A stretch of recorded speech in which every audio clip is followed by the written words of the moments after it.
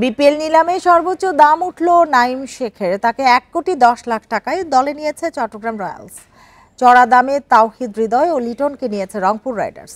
তরুণদের মধ্যে নিলামে বাজিমাত করেছেন হাবিবুর রহমান ও আব্দুল গফফার সাকলাইন। শুরুতে অবিকৃত মুশফিক ও মাহমুদুল্লাহ দল পান শেষ দিকে।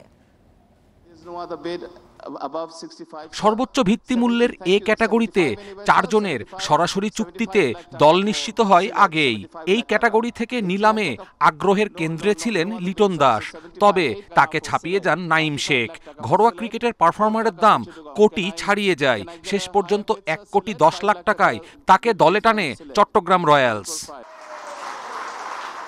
লিটনকে নিয়ে কারাকারির কথা থাকলেও তেমনটা হয়নি। সিলেট ও রংপুরের মধ্যে জয়ী রাইডার্স। 75 লাখে লিটনকে দলে নিয়েছে তারা।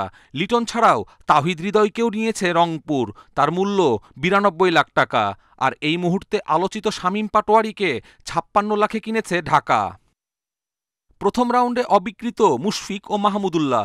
অলরাউন্ডার সাইফুদ্দিন বিক্রি হন চড়া দামে। 68 লাখে তাকে নেয় ঢাকা, আর 65 লাখে রাজশাহী ডেরায় তানজিম সাকিব।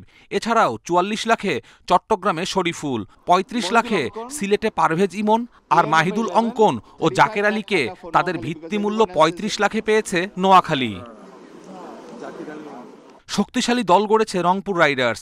স্পিড স্টার নাহিদ রানার জন্য খরচ করেছে 56 লাখ। এছাড়াও স্পিনার রাকিবুল, রহস্য স্পিনার আলিসকেও দলে ভিড়িয়েছে তারা। নিলামে তরুণদের বাজিমাত। রাইজিং স্টার এশিয়া কাপে 35 বলে সেঞ্চুরি হাঁকানো হাবিবুর রহমানকে ছাড়েনি নোয়াখালী এক্সপ্রেস। 18 লাখ ভিত্তিমূল্যের সোহান বিক্রি হয়েছেন 50 লাখে। এ দলে আলোকারা আব্দুল গফফার সাকলাইন 44 লাখ, মেহরব হোসেন 39 লাখ আর আকবর আলীকে 34 লাখে নিয়েছে রাজশাহী ওয়ারিয়র্স।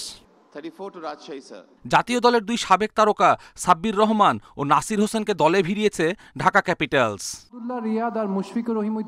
প্রথম ডাকে অবিকৃত মুশফিক, মাহমুদুল্লাহ শেষ দিকে এসে দল পেয়েছেন। সম্মান দেখিয়ে তাদের ক্যাটাগরি থেকে নামানো হয়নি। ভিত্তিমূল্য 35 লাখ টাকায় মাহমুদুল্লাহকে নেয় রংপুর, আর রাজশাহী নেয় মুশফিককে। মুমিনুলকেও 22 লাখ দিয়ে নিয়েছে ফ্র্যাঞ্চাইজিটি। কপিল পাল, ইন্ডিপেন্ডেন্ট নিউজ।